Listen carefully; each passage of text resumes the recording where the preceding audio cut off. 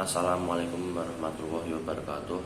Perkenalkan, kami dari kelompok 10 yang beranggotakan satu saya sendiri, Ahmad Nuziza, dengan NIM 205221297. Yang kedua, Akila Armiana dengan NIM 215221163 akan mempresentasikan tentang sistem buku besar dan pelaporan.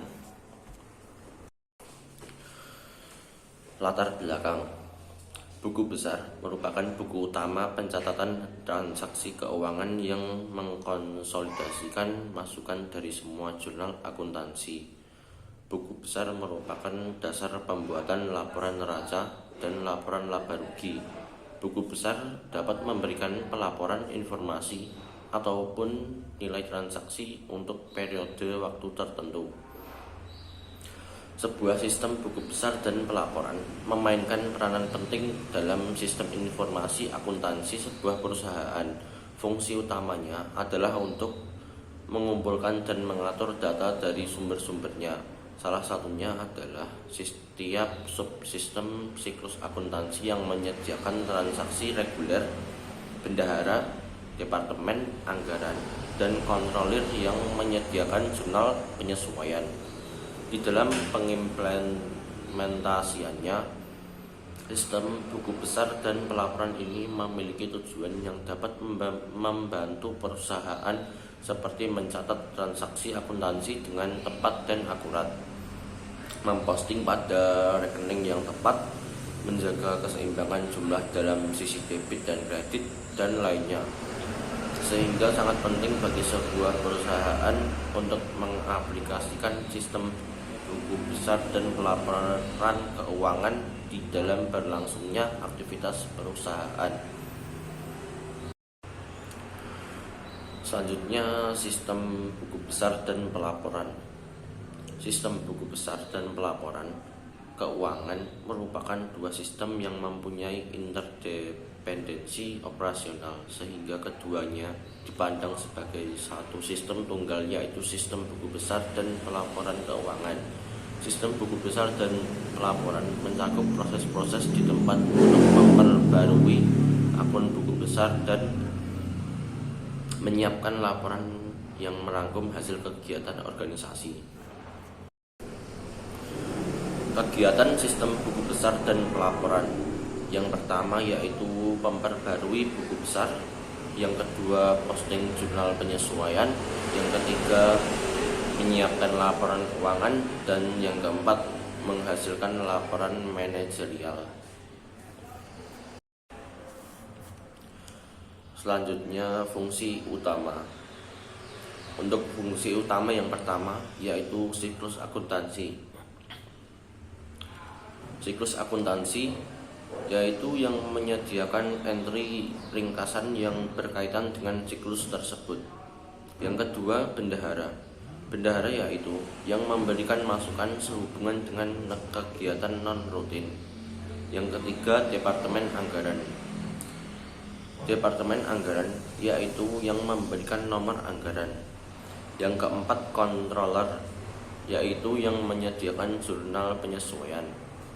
Yang kelima, informasi harus diorganisir untuk memenuhi kebutuhan pengguna internal dan eksternal. Yang keenam, dirancang untuk menghasilkan laporan periodik teratur dan untuk mendukung pertanyaan real time. Selanjutnya, proses pelaporan buku besar. Yang pertama, perbarui buku besar. Aktivitas memperbarui buku besar terdiri dari memasukkan ayat jurnal yang berasal dari dua sumber, yaitu subsistem akuntansi dan bendahara. Yang kedua, memasukkan ayat jurnal penyesuaian.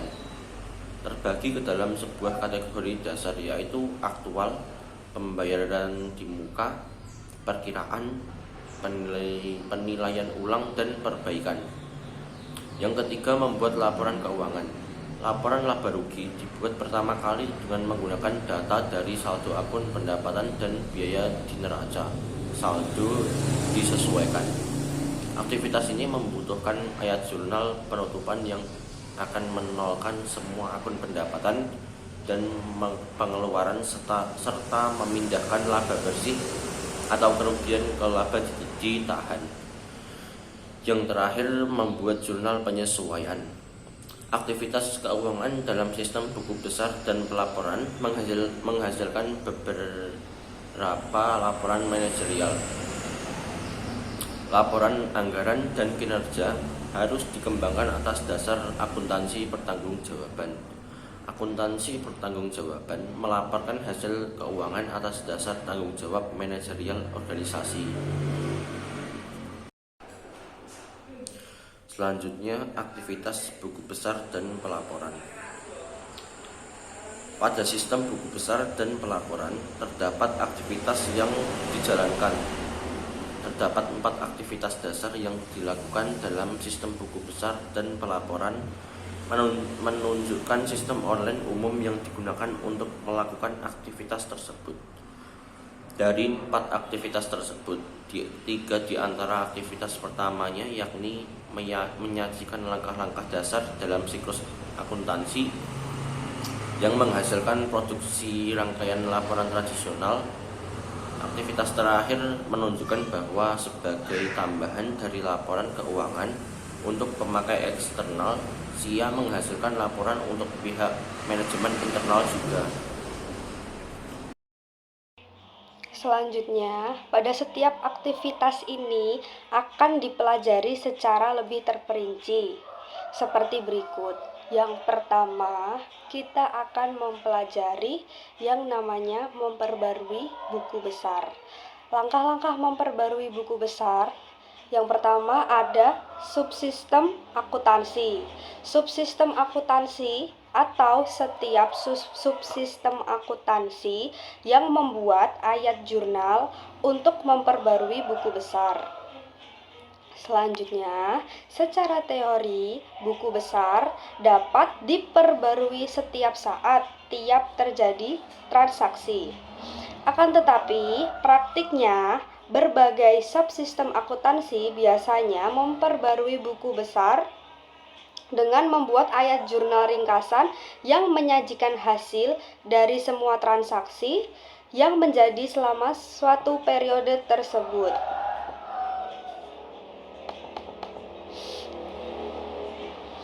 Selanjutnya, kita akan mempelajari contoh-contohnya.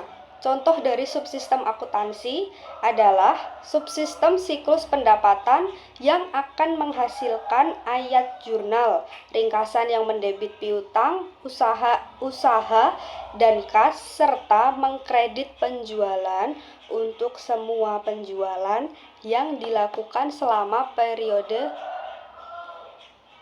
penjurnalan. Yang kedua, kita akan belajar yang namanya bendahara. Bagian bendahara itu bagian yang membuat ayat jurnal satu persatu untuk memperbarui buku besar atas transaksi non-rutin seperti penerbitan atau pengeluaran utang, pembelian atau penjualan saham investasi, atau perolehan saham perbendaharaan.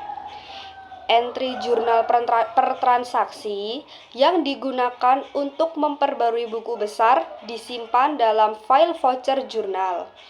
File voucher jurnal ini berisi informasi yang akan ditemukan dalam jurnal umum dalam sebuah sistem akuntansi manual, yaitu tanggal entry jurnal, akun-akun yang didebit dan dikreditkan, dan jumlahnya. Namun demikian, yang perlu diperhatikan adalah file voucher jurnal tersebut merupakan hasil tambahan dari proses posting, bukan input ke proses posting. File voucher jurnal merupakan bagian penting dari jejak audit yang memberikan bukti bahwa transaksi yang diotorisasi telah dicatat dengan akurat dan lengkap. Pada slide selanjutnya, kita akan mempelajari posting ayat jurnal penyesuaian. Aktivitas kedua dalam buku besar adalah posting berbagai ayat jurnal penyesuaian atau biasa kita singkat AJP. Jurnal penyesuaian berasal dari kantor kontroler setelah neraca saldo awal disiapkan. Lalu, jurnal penyesuaian terbagi dalam 5 kategori dasar. Yang pertama ada akrual. Akrual di sini adalah entry yang dibuat pada akhir periode akuntansi yang menggambarkan transaksi-transaksi yang telah terjadi, tetapi hanya belum diterima dan dikeluarkan. Contoh dari akrual adalah pencatatan pendapatan bunga yang didapat dan utang gaji. Selanjutnya, yang kedua ada pembayaran di muka. Pembayaran di muka adalah entry yang dibuat pada akhir periode akuntansi yang menggambarkan penerimaan kas sebelum pekerjaan terkait transaksi dilaksanakan. Contoh dari pembayaran di muka meliputi pengakuan pendapatan diterima di muka sebagai kewajiban dan mencatat pembayaran tertentu. Misalnya, ada sewa, ada bunga, dan ada asuransi sebagai aset yang dibayar di muka. Selanjutnya, yang ketiga adalah estimasi. Estimasi adalah entry yang menunjukkan sebagian biaya yang diharapkan terjadi selama periode akuntansi. Contoh dari estimasi adalah bahan depresiasi atau yang biasa kita sebut penyusutan dan beban piutang tak tertagih. Yang keempat, selanjutnya kita akan mempelajari yang namanya revaluasi. Revaluasi adalah entry yang dibuat untuk menggambarkan selisih antara nilai yang sesungguhnya dengan nilai tercatat atas suatu aset dan perusahaan dalam suatu prinsip akuntansi. Contoh dari revaluasi adalah perubahan metode yang digunakan untuk menilai persediaan, mengurangi nilai persediaan untuk mencerminkan umur atau menyesuaikan catatan persediaan untuk mencerminkan hasil yang didapat selama perhitungan fisik persediaan. Yang kelima adalah koreksi. Koreksi adalah entry yang dibuat untuk membalik pengaruh dari kesalahan yang ditemukan dalam buku besar. Lalu, informasi mengenai jurnal penyesuaian ini juga disimpan dalam file voucher jurnal. Setelah seluruh jurnal penyesuaian diposting, kemudian dibuat neraca saldo penyesuaian. Neraca saldo penyesuaian digunakan sebagai input terhadap langkah selanjutnya dalam siklus buku besar dan pelaporan keuangan, persiapan penyusunan laporan keuangan. Selain 5 dari cara memposting buku besar tersebut, tentunya terdapat ancaman dan pengendalian. Ancaman dan pengendalian yang pertama antara lain kesalahan dalam memperbarui General Ledger dan General Report. Kesalahan yang terjadi dalam pemutakhiran buku besar dapat mengakibatkan buruknya proses pengembalian keputusan yang menggunakan informasi salah dalam pelaporan keuangan. Prosedur pengendalian yang berhubungan dengan pengolahan data dibagi menjadi 3 kategori. Yang pertama adalah pengawasan edit input pemrosesan. Yang kedua, laporan pengawasan dan rekonsiliasi. Lalu yang ketiga adalah pemeliharaan jejak audit yang memadai. Selanjutnya ada dua jenis jurnal yang digunakan untuk memutaakhirkan buku besar. Yang pertama ada ikhtisar jurnal dari siklus SIA lainnya atau sistem informasi akuntansi. Dan yang kedua jurnal yang dibuat oleh bagian keuangan atau kepala bagian akuntansi. Selanjutnya ada pengawasan input edit dan pemrosesan untuk menjamin bahwa transaksi tersebut akurat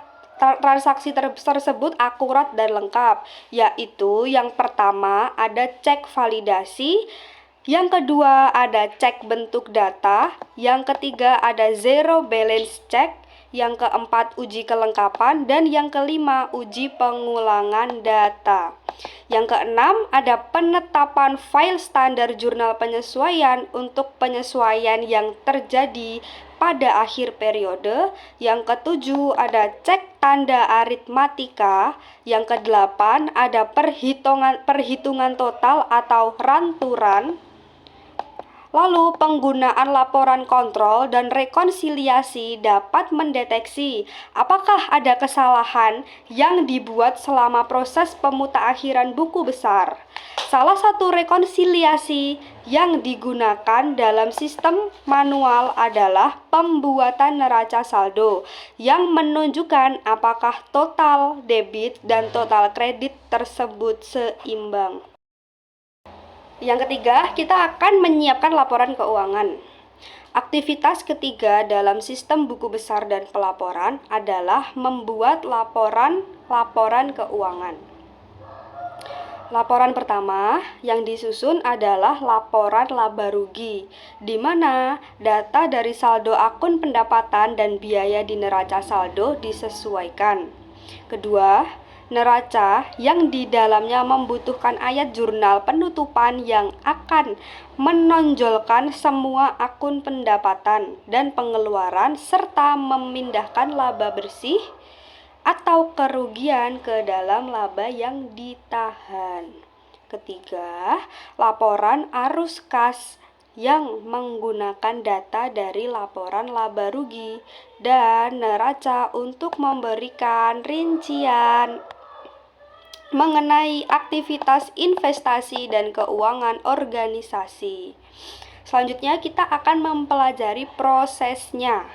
Sebagian besar perusahaan melakukan tutup buku untuk membuat laporan keuangan, baik secara bulanan maupun tahunan.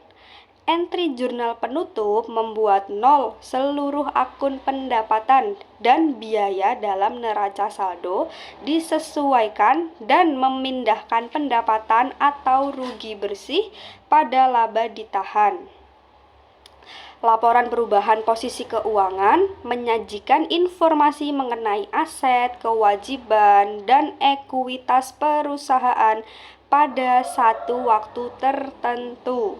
Laporan arus kas menyediakan informasi mengenai cara perusahaan dalam menjalankan aktivitas operasi, investasi, dan pendanaan, sehingga dipengaruhi atau berpengaruh terhadap arus kasnya. Prosesnya, kita akan belajar transisi dari GAAP ke IFRS. IFRS sangat berbeda dari GAAP dalam beberapa cara yang mempengaruhi desain sistem buku besar dan pelaporan sebuah perusahaan. Satu perbedaan besar terkait akuntansi untuk aktivitas tetap. Dalam GAAP, sebagian besar aktiva tetap tercatat utama dan didepresiasikan dalam basis gabungan. Perbedaan yang lain yaitu IFRS tidak mengizinkan penggunaan metode last in first out atau LIFO untuk perhitungan persediaan. Akibatnya, perusahaan yang menggunakan sistem LIFO tersebut harus memodifikasi sistem akuntansi biayanya dan perhitungan yang digunakan untuk menilai persediaan. Yang kedua ada namanya XBRL. Untuk merevolusi proses pelaporan XBRL. XBRL sendiri adalah singkatan dari Extensible Business Reporting Language, yaitu suatu bahasa pemrograman yang didesain secara khusus untuk memfasilitasi komunikasi informasi bisnis. Selanjutnya, ada sebuah taksonomi. Dan taksonomi tersebut adalah serangkaian file yang menjelaskan berbagai elemen dan hubungan. Di antaranya, satu bagian taksonomi tersebut disebut skema, yang merupakan sebuah file yang berisi definisi setiap elemen yang terdapat dalam sebuah dokumen contoh. Berikut ini saya akan menjelaskan beberapa atribut dasar yang digunakan untuk menjelaskan setiap elemen tersebut. Yang pertama, ada perangkat lunak yang menggunakan identifikasi nama yang unik. Yang kedua, sebuah deskripsi yang dapat digunakan untuk menginterpretasikan dengan benar. Yang ketiga, jenis data elemen yang termasuk unit, unit monete, teks tanggal, dan sebagainya. Yang keempat, jenis saldo normal elemen yang kita biasa sebut debit atau kredit. Dan yang terakhir ada jenis periode elemen. Jenis periode elemen tersebut satu waktu tertentu dan biasa disebut instan atau periode waktu tertentu yang disebut dengan durasi. Selanjutnya yang keempat, kita akan membuat laporan manajerial. Aktivitas terakhir dalam sistem buku besar dan pelaporan adalah menghasilkan berbagai laporan manajerial dengan kategori sebagai berikut. Yang pertama ada laporan pengendalian buku besar dan yang kedua ada anggaran. Laporan tersebut digunakan untuk memverifikasi akurasi proses memasukkannya buku besar. Yang pertama ada anggaran operasional yang memperlihatkan pendapatan dan pengeluaran yang direncanakan untuk setiap organisasi. Yang kedua ada anggaran pengeluaran modal atau biasa kita sebut masuk dan keluarnya kas proyek. Pencabutan tersebut menyebabkan tidak ada pengaturan untuk industri tertentu karena standar lebih menekankan pada substansi transaksi dan komponen yang dilaporkan, bukan pada jenis industri entitas. Pengaturan akuntansi yang ada dalam standar lama diubah mengikuti aturan dalam PSAK yang baru. Standar akuntansi berdasarkan IFRS banyak menggunakan dasar penilaian nilai wajar. Hal ini membawa dampak perubahan besar dalam penerapan standar akuntansi dalam praktik. Sebagai contoh, perhitungan amortisasi premium atau diskon yang selama ini dibolehkan menggunakan metode garis lurus, dengan IFRS harus menggunakan metode bunga. Perhitungan bunga harus didasarkan pada tingkat bunga efektif, bukan singkat dan bukan nominal. Yang dimaksud bunga efektif adalah bunga yang menyamakan antara nilai wajar aset keuangan dengan nilai kini dari pembayaran atau penerimaan aset keuangan di masa depan. Semua entitas tanpa terkecuali memiliki aset dan liabilitas keuangan. Untuk perusahaan yang bergerak di bidang keuangan seperti perbankan, asuransi, dan pembiayaan, aset dan liabilitas keuangan merupakan komponen terbesar dalam laporan posisi keuangan. Dampak perubahan besar PSAK instrumen keuangan sangat dirasakan oleh entitas yang bergerak di industri keuangan. Oke, sekian penjelasan dari saya dan partner saya Ahmad Nuzila. Apabila ada yang bertanya, silahkan komen. Terima kasih.